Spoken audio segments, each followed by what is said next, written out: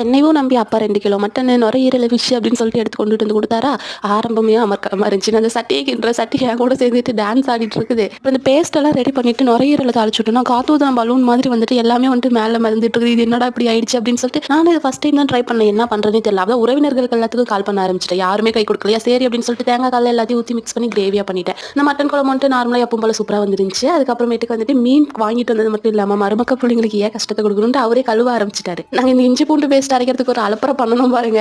இது பார்த்துருந்தாங்கன்னா வீட்டுல மனுஷங்க சாப்பிட்டு கூட இருக்க மாட்டாங்க. மிக்சியில அரையவே மாட்டேங்குது. நாங்களும் தண்ணி ஊத்தி அரைச்சு பார்க்குறோம், ஏதோ பண்ணி பார்க்குறோம், அரையவே இல்லை. அப்புறம் உரல்ல போட்டு அரைக்க ஆரம்பிச்சிட்டோம். ஏதோ ஓரளவுக்கு வந்துட்டு அரைஞ்சு வந்துருந்துச்சு. இந்த வீடியோ பார்த்துட்டு தான் இனிமேட்டு வந்துட்டு முடிவு பண்ணுவாங்க, எங்களை நம்பி கறியை தரலாமா வேண்டாமான்னு. இதெல்லாம் யாரு கண்ணில் பார்க்கறது அப்படின்னு சொல்லிட்டு ஹஸ்பண்ட்லாம் வந்துட்டு வாய்க்காலுக்கு குளிக்க போயிட்டாங்க. அவங்க வரத்துக்குள்ள ஃபிஷ்ஷுக்கு பவுடர் பேஸ்ட் எல்லாத்தையும் பூசி நல்லா காய வச்சு எடுத்து பொரிச்சோம் அப்படின்னா கொஞ்சம் கூட வந்துட்டு தோல் உரியாம அழகு போல வந்துருந்துச்சு. மட்டன் குழம்பு, ஃபிஷ், ரசம், சாப்பாடு அப்படின்னு எல்லாத்தையும் திருப்தியா வச்சு சாப்பிட்டு முடிச்சாச்சு.